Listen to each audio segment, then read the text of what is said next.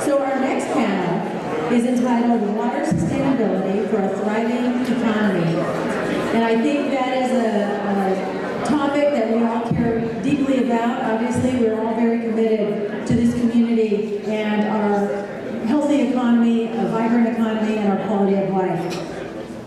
So our next moderator is Matthew Mayhood. Matt Mayhood is the president and CEO of the San Jose Silicon Valley Chamber of Commerce, representing nearly 1,500 member businesses who employ roughly 275,000 employees throughout Silicon Valley. His extensive experience in business operations spans over 2 decades in both the nonprofit and for-profit sectors.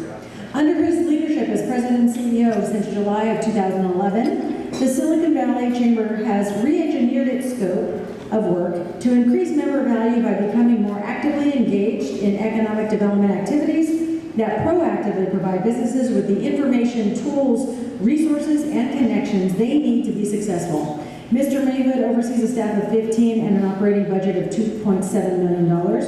He started his career with UPS, later joining FedEx, BAX Global, and Webvan in various management level positions focused on operations, customer service, sales, HR, marketing, and general management. He previously served as president and CEO of the Sacramento Metro Chamber for over 9 years before coming to Silicon Valley. We're very lucky to have him. Welcome, Matt Mayhood.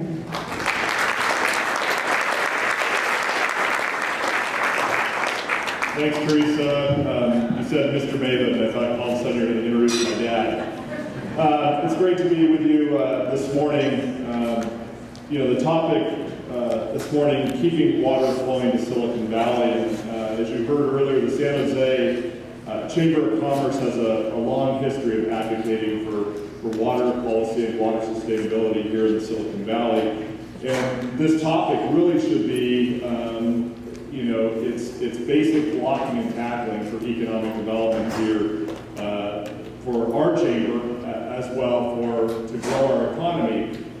Water, transportation, housing, and workforce readiness are probably the 4 pillars of economic growth that any community needs to be successful.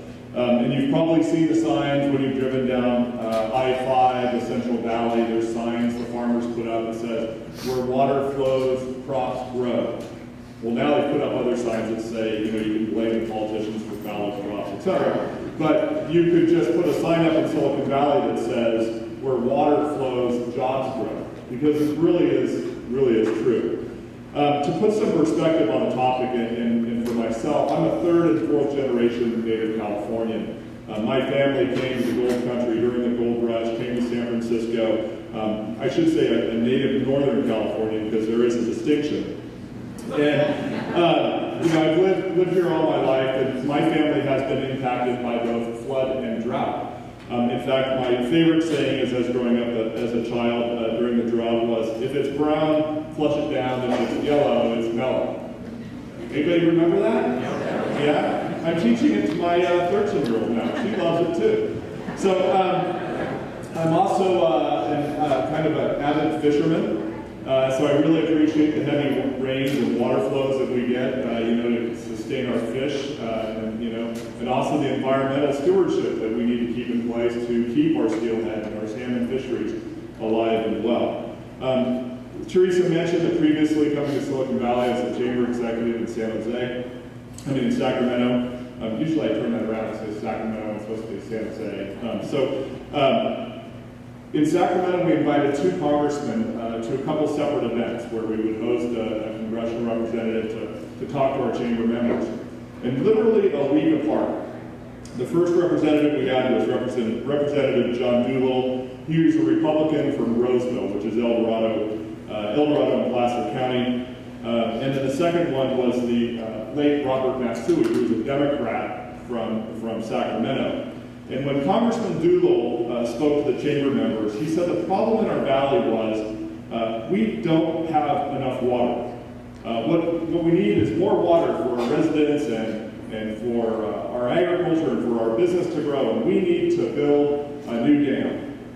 Literally a week later, we had Congressman Matsui speak to those same members, and he said, and I'm not making this up, the problem that we have in this valley is that we have too much water, and we're a flooding threat. We need to make and fix our levees and build new dams. So, depending upon your perspective, depending upon the time of the year, what year it is, and how much rainfall and snowfall we get, determines whether we have too much or too little water. So if you look at it, and you could say with our water needs, sometimes the glass is half full, sometimes the glass is half empty.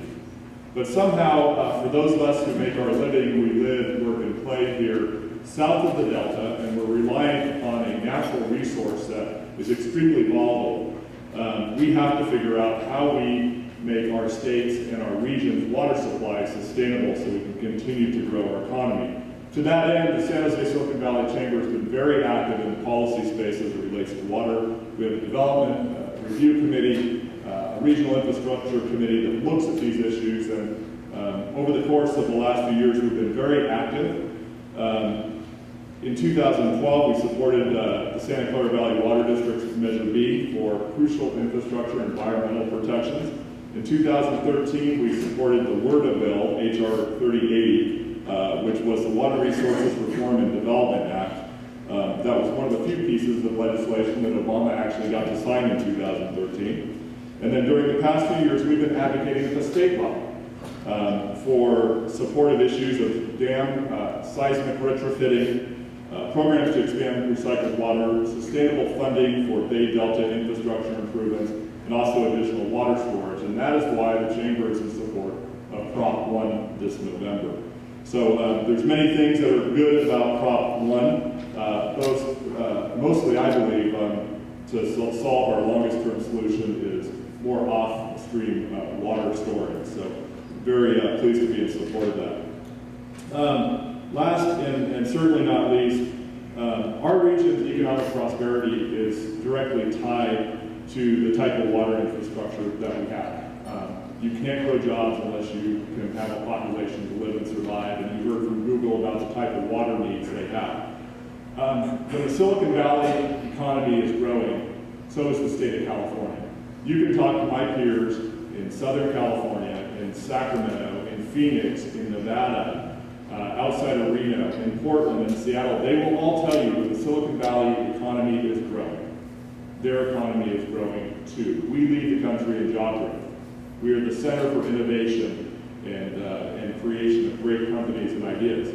So it is imperative that we solve these type of infrastructure issues, whether it's water, transportation, housing, and workforce readiness to keep our economy moving forward in the future. So as John Tang mentioned, we're very fortunate to have water that's inexpensive. It's not as cheap as wine. So unless you're, who's taking a bath in wine last night? Stoudemire, is that the basketball player? You guys are just taking wine baths. It must be great to do that. It's good therapy, I hear. But water's pretty cheap, and in our region, it could be a significant part of your budget. So I think we have a survey question. What % of your operating cost is devoted to water supply? So get out your text, you get out your cell phone. And the options are 0 to 2. John, should I read the big letters or the little letters? The options are 0 to 2%, which is less than, 2 to 4%, 2 to 4, 4 to 6 is 6 to 8. It's kind of self-explanatory. More than 8, and I don't know, beats me. I like that answer. Beats me. So we're not going to wait for the responses. I'm going to jump into introducing our panel. And get to the meat. You didn't come to listen to me. You probably came to listen to subject matter experts. So I'm going to introduce all 3 panelists, and then we'll jump to the first one. Chris Turnell was appointed Special Assistant to the Water Policy, Special Assistant for Water Policy by Governor Brown in June. Prior to this Natural Resource Agency post, he worked for 8 years in the private political consulting sector, advising and representing public water management agencies and nonprofit organizations on water-related state legislative and administrative matters. Currently, his portfolio includes broad oversight of California Water Action Plan implementation, integration of flood control, ecosystem, and agricultural values within the Delta's Eulo bypass, and various other projects ranging from international relations to interagency coordination. Our second panelist is Jennifer West, Managing Director, Water Reuse California. Jennifer joined this company as Managing Director in September 2014. It is a branch of the National Reuse Association. Its mission is to promote responsible stewardship of California's water resources by maximizing the safe, practical, and beneficial. Jennifer has worked for almost 20 years in water, recycled water, and resource advocacy in California's capital. In 1996 to 2010, she worked as a contract legislative advocate representing a variety of clients on issues from recycled water, wetlands policy, groundwater, and habitat preservation. And she developed and implemented and oversee a variety of legislative communication plans. She lives in Sacramento with her family. Do you have a water meter? No. I know that from my time in Sacramento. That's a really sore subject for some people. I lived in Folsom. I had a water meter, but it didn't work. It was weird. Catherine Oven is the Deputy Director of the Water Utility Capital Division at the Santa Clara Valley Water District. Her current duties include oversight for planning, design, and construction of capital projects for the district's $1 billion water supply capital program, and preparing the annual update of the district's 5-year capital improvement plan. She has a BS in Civil Engineering from Santa Clara University, a Master's in Civil Engineering from MIT. She's a member of the American Society of Civil Engineers and a registered engineer in the state of California. Would you please join me in welcoming all the panelists?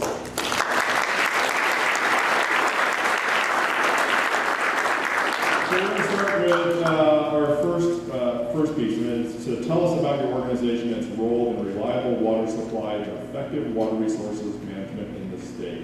And I believe, Chris, you're up first. All right.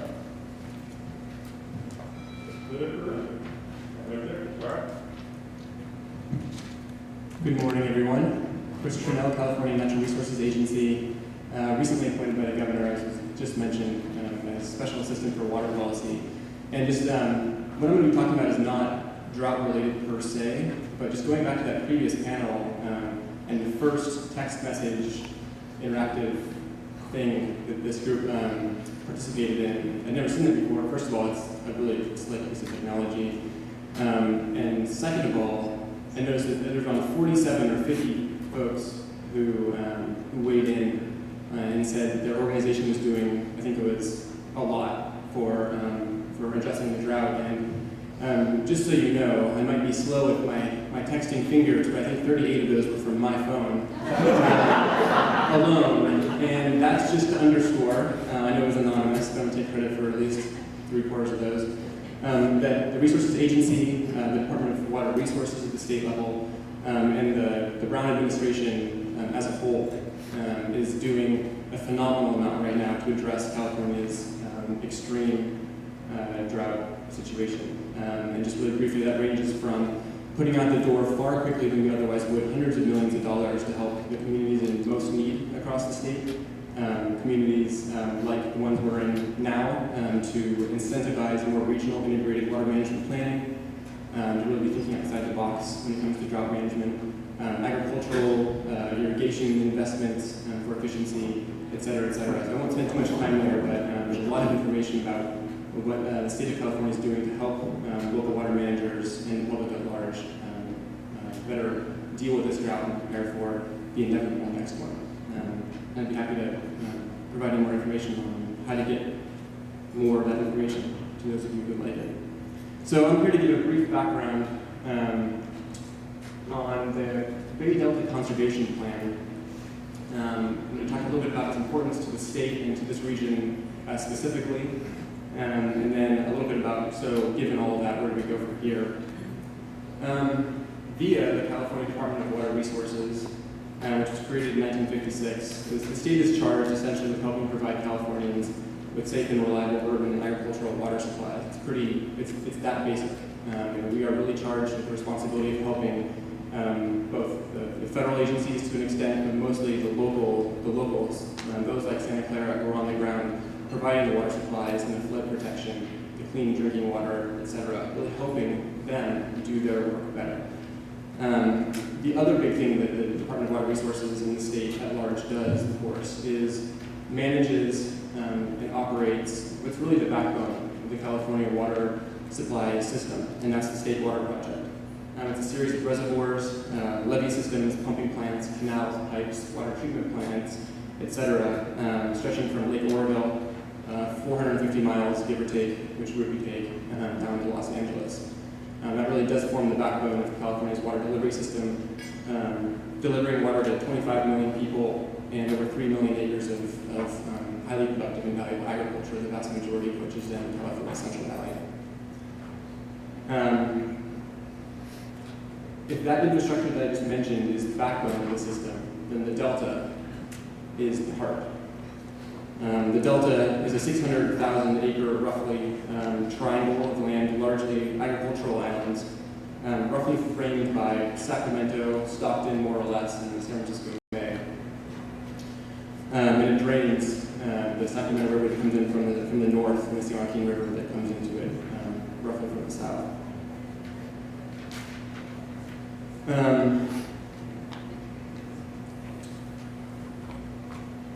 It being the heart of the California system, the state of California pays a lot of attention to its health, and there's a lot of challenges right now facing the Bay Delta, and because of that, its ability to provide those drinking water and agricultural water supplies that we've all grown to depend on. There's seismic challenges.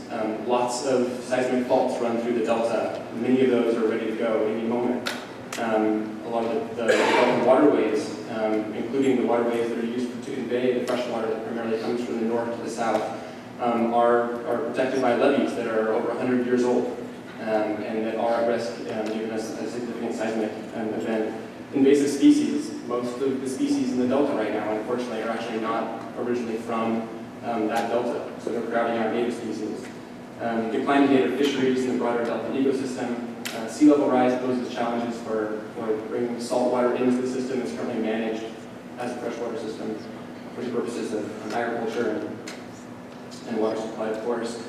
And then the continuing challenges of the massive land use change that took place in the 1800s when the Delta was converted essentially from a tidal estuary of massive biological significance to a large agricultural landscape. And all of this essentially means, bringing it back to this region, that your water supply, I believe Santa Clara depends about 40% of its portfolio, give or take, is dependent on this continuing function of the Bay Delta as the distribution hub for that water. So a very strong dependence on the continuing health of that system. So the Bay Delta Conservation Plan process, I'll try to move through this as fast as possible. And what it's trying to achieve is really two things. It's this balancing of the co-equal goals of water supply reliability, which is really an infrastructure, in many ways an infrastructure-based solution, and ecosystem restoration of the Delta, given that the ecosystem health in the Delta is inextricably linked, largely because of state and federal and Endangered Species Act laws, to our ability to really depend on the Delta as a reliable water source. So the proposal that you've all been hearing about, I'm sure, in the news over the last number of years, would be to diversify the point of diversion of water from where it is now in the South Delta to several points along the Sacramento and pipe it two parallel underground gravity flow tunnels 30 miles from the north of the Delta to the south to protect it from some of those challenges that I mentioned. Over 100,000 acres of ecosystem restoration benefiting over 56 native species. I mentioned some of this earlier, but again, just to emphasize the importance of this project to all of California, and in particular, of course, to this region. 25 million people depend on functioning systems for drinking water, 3 million acres of agriculture, etc. A little bit about the Delta ecosystem improvements. I won't go too much into that, but they are essentially unprecedented in size and scale. A little bit about costs and funding. Total estimated cost at this point for the project is $24.7 billion, the majority of which would be for the tunnel construction itself.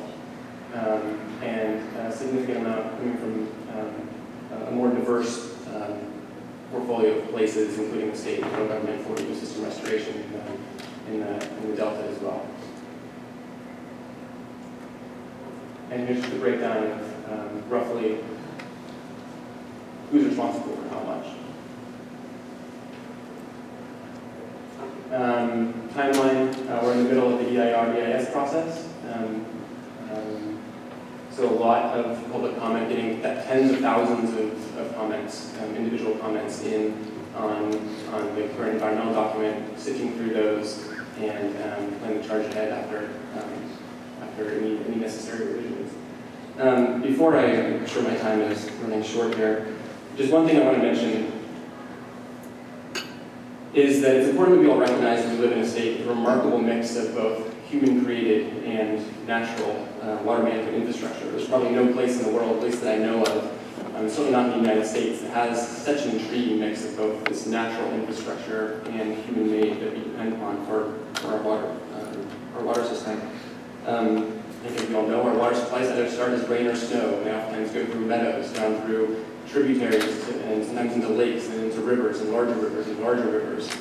And at some point, California's population has grown, and so as to need some more infrastructure to help deal with that water, and move it around, and clean it, and provide it to us.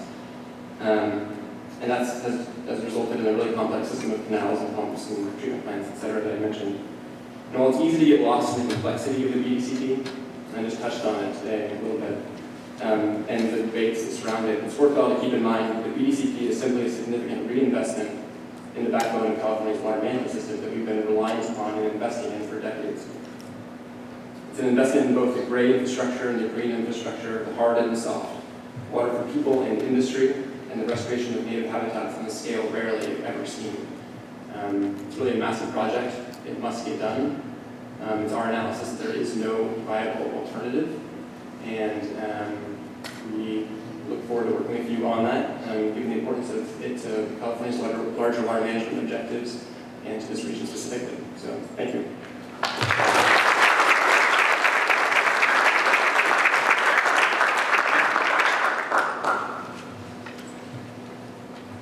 Hello, thank you for having me. So you heard that I'm the new Managing Director of Water Use California as of last month. A little bit about our organization.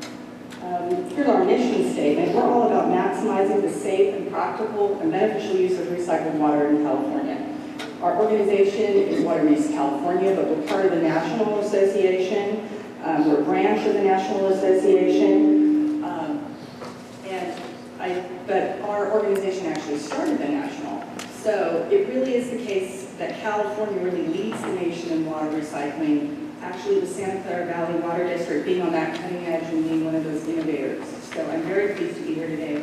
Some of the other things we do at Water Use California, we provide leadership on advocacy at the state and in the legislature and the regulatory agencies on recycled water issues. But we also partner with the Water Reuse Foundation, and we do industry-leading research to help ensure sustainable water supplies and issues regarding recycled water. And of course, we provide education and outreach to the public about public perception issues regarding recycled water. And it's extremely exciting for me to be representing this organization now because it truly is, recycled water truly is a sustainable solution to our water problems. It's a solution. And as we look at drought and climate change and growth, recycled water provides an opportunity to have a locally controlled, reliable source of water. It helps cut imports, does away with some of the problems I'm trying to, not that we don't need imports, but it helps reduce those. And it's also good for the environment because it reduces wastewater going into the bays and the oceans, and we're reusing water. So, as I mentioned, one of the main things we do is we promote recycled water in California's legislature. I have to say we had a great year this year. We talked a lot about Proposition 1, and that proposition does have a lot of good things in it, but one of them is $725 million for recycled water. This is 7 times more than has ever been in a bond before. for recycled water. So that's very exciting. The other thing that happened is the passage of AB 2282 by Assemblyman Gatto. The previous panel talked about retrofitting and what we're going to do with recycled water. This bill requires the Building Standards Commission to come up with building standards for new development for commercial and residential. So we're going to have recycled water pipelines, purple pipes in the future, potentially going into many, many more homes. Another exciting thing that happened last year that has been in the works for many, many years, and it was completed last spring, was the adoption of recycled water groundwater recharge regs. So now we have statewide regulations allowing the recharge of recycled water into the groundwater. Now, where are we with recycled water? We have a very aggressive statewide goal, appropriately so. But we're going to basically need to triple the use of recycled water in order to meet our goal by 2020. We're already using recycled water for landscape, wildlife habitat, industrial process, creating energy, agriculture, and groundwater recharge. And in some areas of the state, highly purified recycled water is being recharged into the groundwater, where it mixes with water and eventually other waters and becomes part of our drinking water supply. And this process is called indirect potable reuse, for those of us in the industry. And I'll see if I can move it over here. There we are. So a little bit about what we're working on in terms of future, and we'll talk about that in the questions, but here we have a letter by Governor Brown, and it's really pointing to his support for a process that's going forward right now where they're looking at creating regulations for the recharge of direct potable reuse and for the creation of regulations for reservoir augmentation. So that is happening right now, and this is a Governor Brown letter saying, please get this done, do it expeditiously, and report to the legislature. So a little bit more about direct potable reuse. That panel is going forward right now. It was required by SB 918, and it requires that these regulations, and there's the definition of what direct potable reuse is, be developed by December 31st, 2016. Now will be a report to the legislature. In the meantime, an expert panel is working to develop this report to make sure that it's safe and that we have all the necessary information. So the expert panel is looking at this. They've met twice. They're going to meet again in December.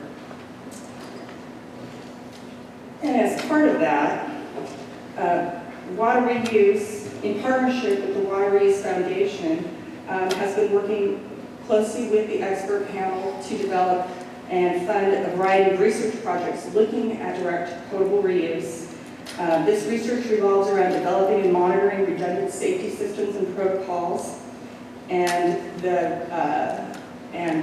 so this is really the future. And so just to recap, we're going to have a report coming to the legislature at the end of December 2016 saying if this is feasible for the state board to develop recycled water regulations, recycled water criteria for direct potable reuse for those communities who choose this path. So this is some of the things we're working on. It's very exciting. That's my contact information. And I think with that, done.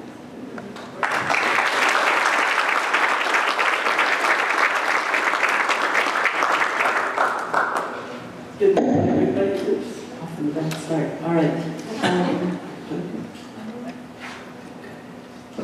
All right, so I'm going to wrap up the introduction of this panel. So my job at the Water District is to deliver capital projects. And we've got, Teresa added a whole bunch of bullets here, so I'm going to have to read them because they're last minute. So we have our current budget for the fiscal year is close to $500 million. That's total operating and capital for the entire Water District. About 50% of that, a little over $200 million, is for capital projects. Now that's a combination of both water supply projects as well as flood protection work throughout the rivers and streams in our valley, as well as habitat restoration and environmental stewardship. So we are an income generator in terms of providing jobs through all of the capital construction that we do. So over the next several years, we'll be creating 3,000 to 7,000 local jobs because of our projects. The annual 5-year rolling CIP, as we call it, right now contains a little over 30 water supply projects. We plan to spend almost $700 million in the next 5 years. And I'm just going to give you a short recap on some of the key projects we're working on and our biggest upcoming expenditures. So this is Anderson Dam. This is part of our system that Jim Fiedler described to you earlier this morning. This is our largest facility. It contains, when it's full, about 90,000 acre-feet of water. In context, that's about 25% of the annual consumption in Santa Clara Valley, water consumption. So a very important part of our system. It's our largest reservoir, located in Morgan Hill. We have 9 other reservoirs, but the combined volume of their storage is less than this. We have about 170,000 acre-feet of combined storage. So Anderson Dam is in danger of slumping in a major earthquake. It was constructed in 1950. It was actually very well built for what people understood at the time about seismic activity. But with what we've gained in knowledge from recent earthquakes, the Division of Safety of Dams is doing major retrofits throughout the state, or actually asking agencies to do the retrofits. So here we are, we're going to spend almost $200 million. We're in the design phase right now to rebuild the embankment. This is the picture on the left is kind of an aerial view, and then the one on the right kind of shows the beauty of Morgan Hill and the South County, the valley right down below. So that's coming into construction within a few years. In addition to Anderson, we have 2 other dams that we're seismically retrofitting as well. Calero, that was the picture that Jim Fiedler showed earlier. It's almost 80 years old. Not as big by far as Anderson, but also very important because we can bring imported water not only to Anderson from the San Luis Reservoir, but we can also loop it over to Calero Reservoir to feed our water treatment plants. So these projects right now are in the planning phase and are going to be going into design and construction with planned completion by 2019-2020. On the water treatment side, again, you saw this picture earlier. This is the Rinconado Water Treatment Plant, one of our 3 treatment plants. Again, almost 50 years old. So if you're getting the drift, we are retrofitting. We are converting aging infrastructure. Again, as Jim said, they built it for us. It's now time for us to give all of these facilities the next 50 years of life. So we are in the process of completing the design on the Rinconado Water Treatment Plant located in the hills of Los Gatos. We're going to go to construction next summer. Part of so the picture on the left shows an aerial view of the existing treatment facility, and then the bottom right is a graphic rendering of what it will look like. This is going to take about 5 years to construct because we have to keep the plant running the entire time. So pieces are going to be built, old pieces taken off as we integrate new treatment elements into the overall process. One of the other reasons why we're modernizing the treatment plant is because we are foreseeing additional and even more stringent regulations on potable water standards. And so the treatment processes we're putting in place are going to be able to address those in the coming years. We're also going to increase the capacity. This plant can treat 80 million gallons per day, and we're going to be expanding it slightly to go up to 100 million gallons a day. All right, I can't talk about the other 25 projects that I have, but this is just a little collage of additional photos of other work we're doing, replacing valves. The center fold is the new Apple campus. I'll be talking about that in a little while. We're not constructing it, but we are partnering with the city of Sunnyvale and Cal Water and Apple to build a new recycled pipeline that will serve this Apple campus. And then we've got some other work, but I'm not going to spend too much time on that. And then finally, our piece de résistance, as I like to say, is our Silicon Valley Advanced Water Purification Center. Just opened up. Grand opening was in July. We've been operating since March, and I believe we have purified close to 2,000 acre-feet since we have been in operation. So about 8 million gallons per day of highly purified water are processed through this facility. It's on Zaper Road, right across the street from the San Jose Santa Clara Wastewater Regional Facility. We get effluent from the wastewater treatment plant. It goes through microfiltration and then reverse osmosis and then pure disinfection with ultraviolet light. That creates a product that is almost drinkable. And as if those of you who were at the opening ceremony can see our board members be brave and drink it. So right now we're putting that into the South Bay water recycling system. It is really improving the quality of the water in the system. In the long term, this is the first stepping stone to future water supply. Our future water supply portfolio is that we are going to be moving in this direction so as to sustain Silicon Valley.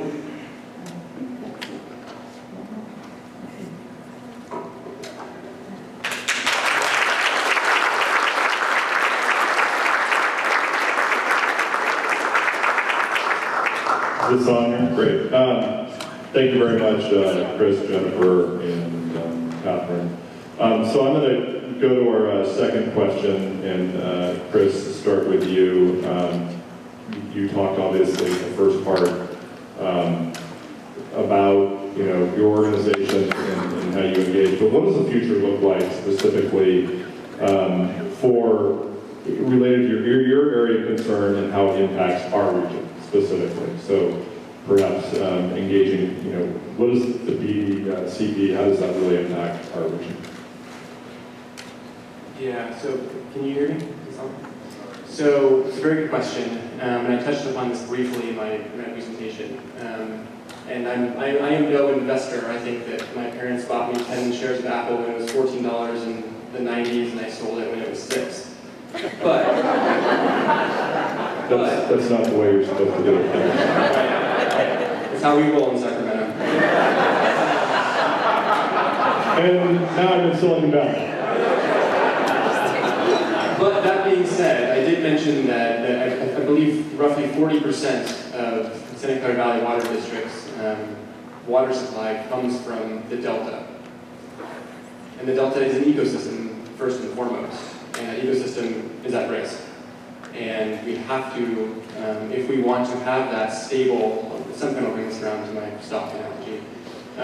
As far as the portfolio approach of water, this is where it rolls in here, of water supply management goes, shoring up that tremendous percentage of the water agency's baseline, if you will, dependable water supplies that allows the local water agency to build upon that, to make investments in reverse osmosis, to make investments in new interesting pilot projects related to wastewater treatment, et cetera, to allow new innovative concepts to come and go, and maybe some stick and grow in the conservation realm. Very important for a local water management entity to have a baseline, solid, dependable sources of water upon which to grow and thrive. And that's really the portion of water that we're talking about for much of California.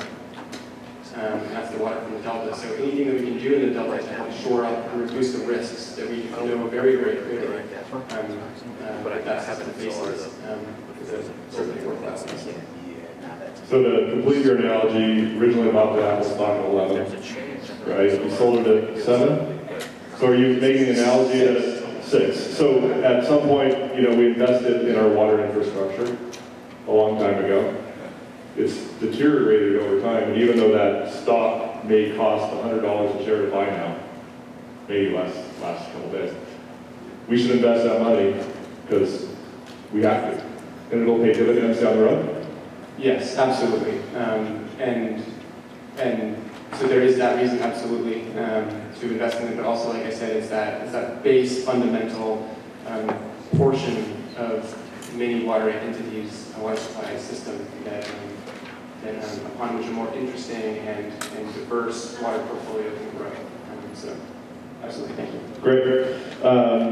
Jennifer, for your organization, looking at your specific areas of concern, how does it impact our region? What's the future look like for our region, especially in water reuse? Well, as you heard me say, there's an interesting, a very exciting panel looking right now, expert panel looking at a variety of different processes, including potentially, looking and going to do a report to the legislature about potentially the feasibility of doing regulations for direct potable reuse. They're also working on, and will finish by 2016, regulations for reservoir augmentation with this highly purified water, as we were discussing. So that may be an option, I don't know. And as I said, the state just completed regulations allowing the groundwater recharge using highly purified water into groundwater. So I think we're going to see for a future a variety of these different kinds of potable uses and really the expansion. I think that's, as I said, it appears that Santa Clara is absolutely on the forefront of this, and we're going to be working closely with them because I know what they learn in their processes will be feeding into this expert panel and informing the entire state. So. Okay. Catherine, kind of the same question for you. You talked about this in your initial presentation, but maybe you can go into a little bit more detail about particularly the capital improvement program. You refer to it as the CIP. So can you tell us a little bit more about that and the impacts to our region? Sure, I will. So I touched on it in my last slide to say this is kind of our stepping stone in the future. So we're both straddling the retrofit of existing infrastructure for the future, but again, we're moving towards an area that, thank you to Jennifer, we're on the forefront. I think parts of Southern California are a little ahead of us, but we're already looking to how are we going to increase the reuse of water in the valley for the long-term sustainability of the region and the economy. We, as I mentioned before, we're in partnership with the city of Sunnyvale and Cal Water to get a recycled pipeline over to Apple. That pipeline is actually a little oversized. We may be using it in the future to send purified water to some of our recharge ponds. We're also working with the city of Sunnyvale. They're doing a major retrofit of their current wastewater facility. We're talking with them about possibly adding some elements that would purify the water at their wastewater facility, again, for indirect or direct potable reuse in the future. We've made overtures with the city of Palo Alto, and we will be meeting and working with them in the coming year. They're also very interested in expanding their recycled water use. And then down in the southern part of the county, the city of Gilroy has a lot of residential development that's in construction now. So we're partnering with them.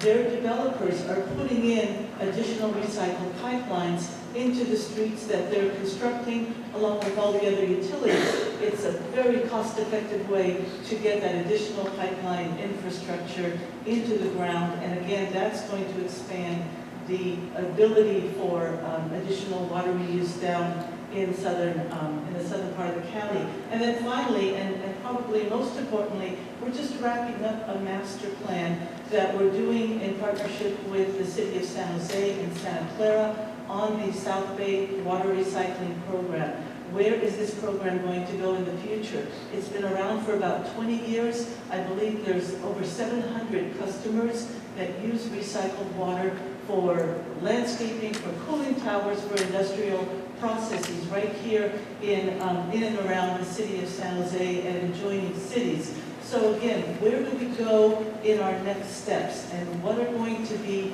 the sites for water purification? Are we going to be looking at groundwater recharge as a first step? Are we going to locate these in areas where we can then pump the purified water right into the raw water pipelines that Jim Fiedler showed us, the spaghetti formation that run throughout our county.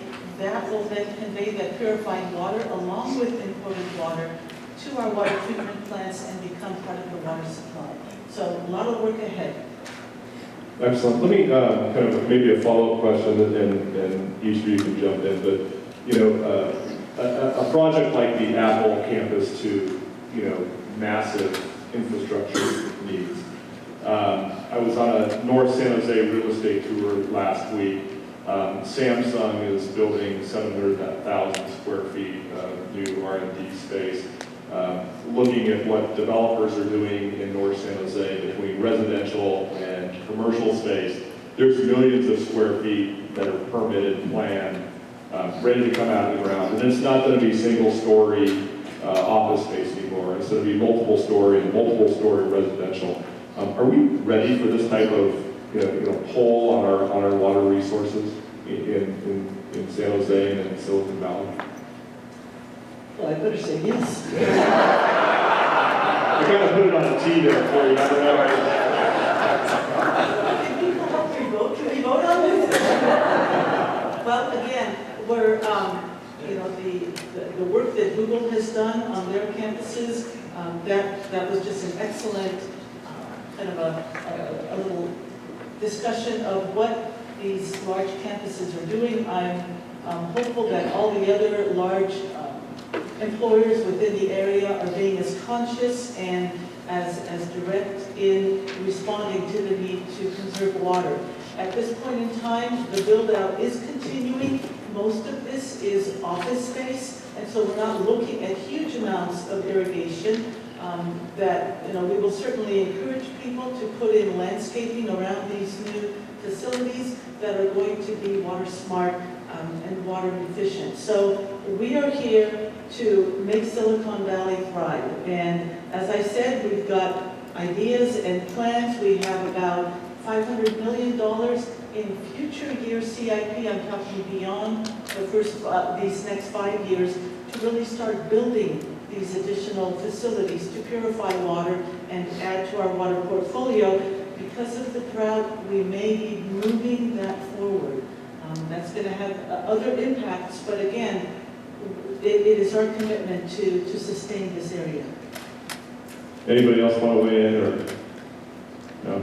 All right, so I think I'm getting the signal to kind of wrap up. Teresa, yes or no? Is there one question from the audience? Anybody has a huge... Yes, sir. Stand up. So just a question on the water reuse. All this sort of regulatory, I'm curious, in your sense, what's the balance between sort of objective, sort of scientific concern versus sort of psychological or satisfaction for the environment? That's a great question. There is a balance. And as I think I detailed in my initial presentation, we're looking at the scientific concerns and going over it with the expert panel of experts.